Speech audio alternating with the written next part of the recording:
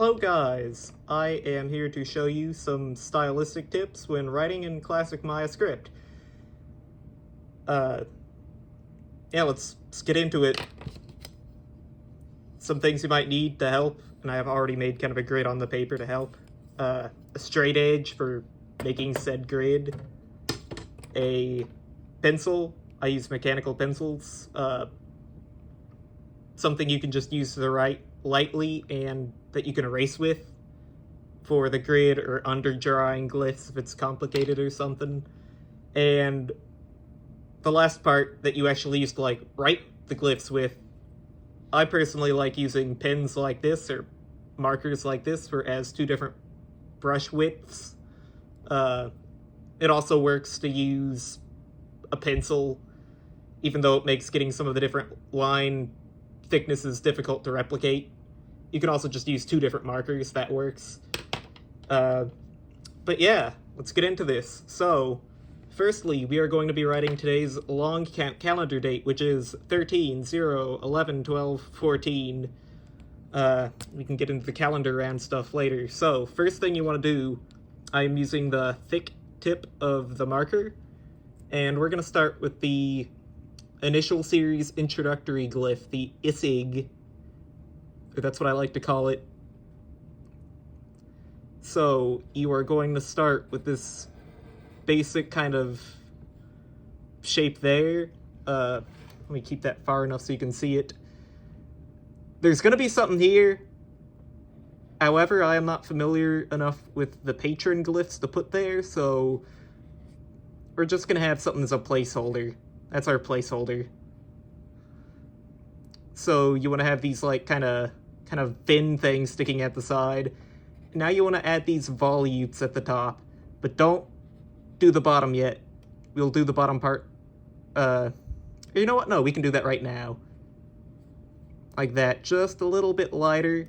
And yeah, there, that's great. So, and I almost forgot, we have to have these little three kind of ball shapes underneath. And something to get started is to just separate it in half with a line like that.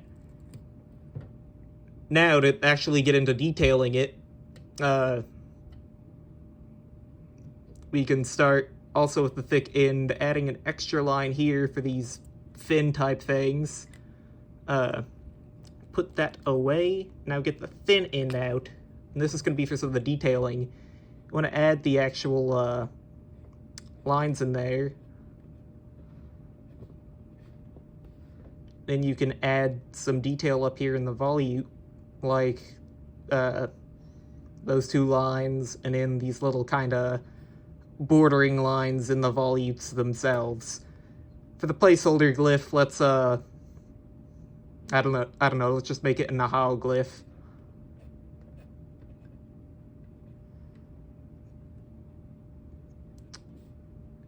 So now you want to get these kind of lines under here. And this arc shape here, I like doing it twice to have kind of that nice border that looks nice. And then that oval shape there. Now you want to have these kind of bands reaching the top. And unfortunately, I did kind of cross over a little bit into that thing. It's not the end of the world. I also like using a thicker line to add some nice contrast there. And now you just you want to do some cross hatching on these.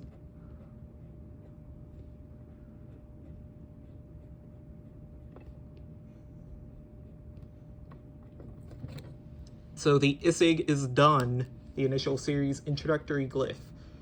Now we can get into the actual calendar date itself. So it's 13/0/11/12/14.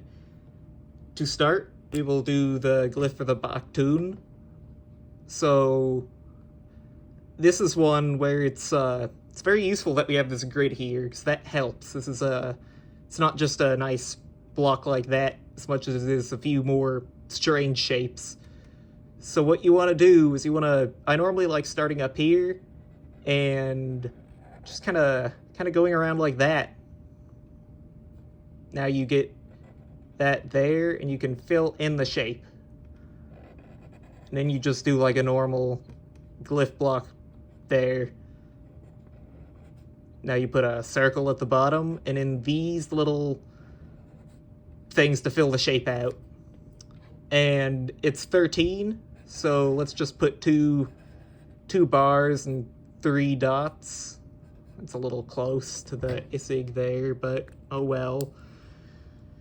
So now you have that. We can start actually detailing the glyph itself. So with this, it's two un glyphs, like the stone sign.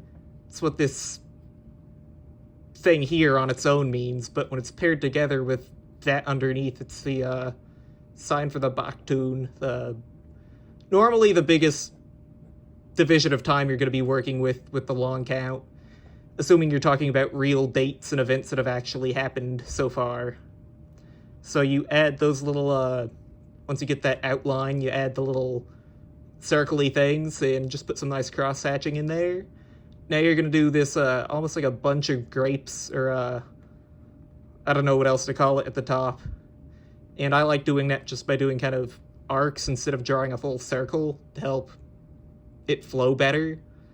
And now you just do something like that, just kind of a squiggle to fit under.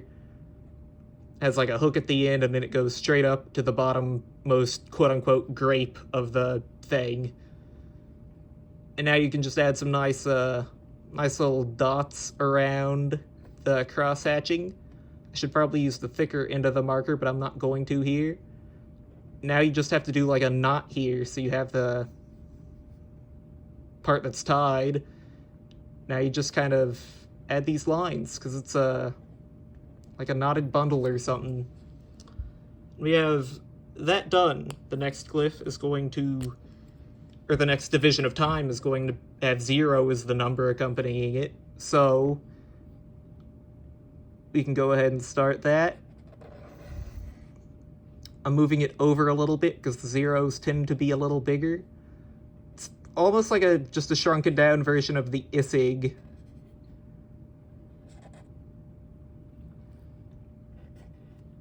Have the 3 circle-y shapes under it, and this line dividing it in half. And we are going to start the number in a second, but until then we are going to finish out detailing this glyph.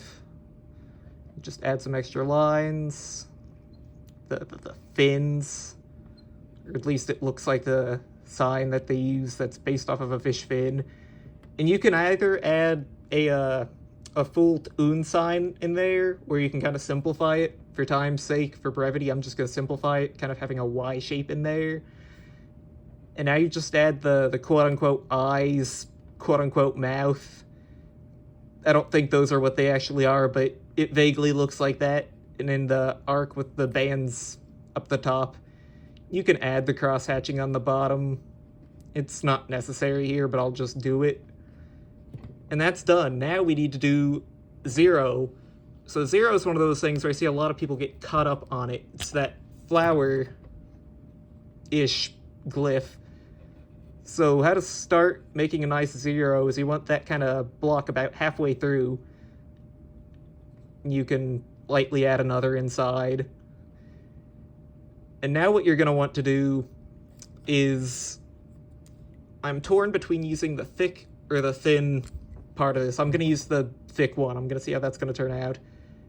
And you want to just have kind of an arc that goes back to the center. Now you can add the petals. It turned out a little weird, but I think it still works. And now the most monotonous part that makes this a pain to write on smaller scales, you need to just kind of have that division and then cross-hatching. Sorry that my, what's it called? My handwriting here isn't the best, but it's awkward trying to write at this angle while filming.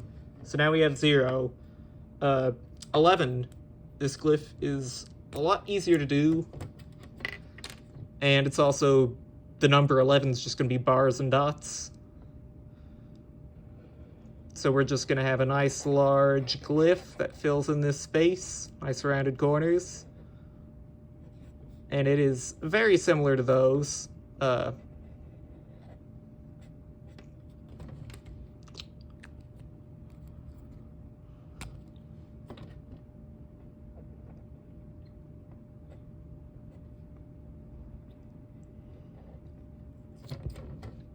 And for the 11 itself, we just need 2 bars and a dot.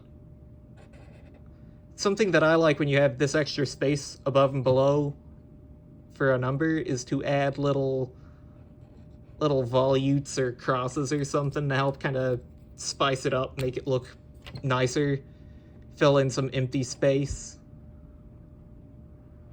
God, that does not look terribly great, but it works. Let's see, what is the next? The next is 12. There are a few ways we can write this. I am not going to write the head variant just for time's sake. No, actually I am, because the head variant of this sign is pretty easy to do. So you want to start at the corner with kind of a shape like that. And now you want to do another oval about that distance. And a line coming from it.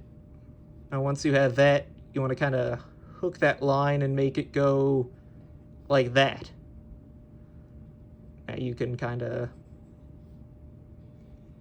fill that in, connect that, connect this, and time to use the thinner piece. Have some division on the jaw there, the eyelid, the eye, some nice little tassel-y bits, I guess, some 3 little circles up there, and then another division for the mouth, the nose, the nostril, and you're gonna have this section above the eye with some nice cross-hatching or just coloring in there. Anything works, and yeah, you have that now. Now we can just do another bar and dot number. This case it is 12. And I am just gonna add an X in there. There. The last part is the sign just for a day, a single day, and for that, you know, it's pretty easy. It's a little weird at first, but you'll get used to it. You want to have the glyph kind of floating above a little bit. I want to leave some room under it. And now you can add these thingies. And that's where it gets difficult, having that all correctly spaced out.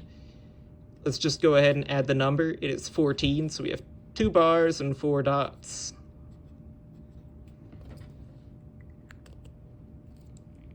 Shit, my knuckle needs to pop. Now we, damn it. There we go. Add some dots there, and some nice connecting lines within. So you have kind of this flowy thing. Now for the sign in here itself, just kind of that 4-petaled day sign, or sun, in. Very simple. And that on its own is the long count calendar date written out. Now, for some nice supplementary content, we are going to write the calendar round too, and the Lord of the Night. So for that, we are going to move over here. So when doing that, the calendar round in this case is 6 Ish, 17 Sec. So for Ish, we just want to have a nice block shape here.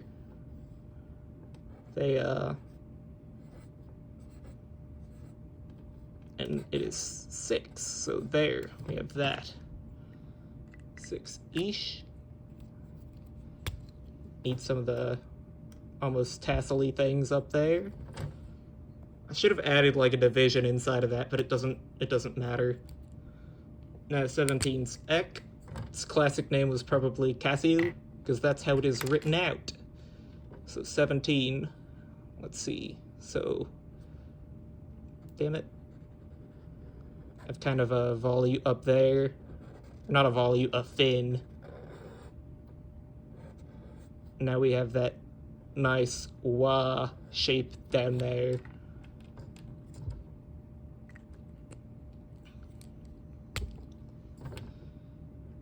It's just another division, the bits of the fin itself.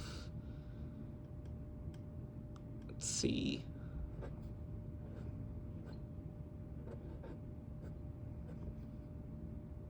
And yeah, you just kind of fill things in here. It's not too difficult. Granted, my penmanship there isn't the best, but it is once again hard to write at this angle while recording. So now 17. I don't know if I'm gonna have room for this shit. Yeah, that works, 17. 3 bars and 2 dots. The Lord of the Night here is G2, or God 2. For that, so with my writing, it's of course read in columns of, from left to right, columns of 2, so that is the reading order. So now the next sign is going to be here. It's going to be the second God of the Night. Or at least that figure's associated glyph. So it's kind of this shape. You want to have 2 shapes at the top, and now a sign that's similar to the sign for Akbal, darkness. This marker is running out of ink. Just add some kind of circles there. And we can add that there. Okay, now for the rest of it, we will add some little details in there so those blocks become sort of volutes. It's going to be similar to that type of glyph in its composition. We have the arcs, but here, to differentiate it, I'm just going to have those instead of the bands. And this is where it's similar to the Akbal, darkness, or black glyph. And yeah, you can add like color in these bands. This video's kind of long, so I'm not going to now. That's the long count date. I didn't get around to as much of the stylistic stuff as I hoped, but this video was long enough, so enjoy.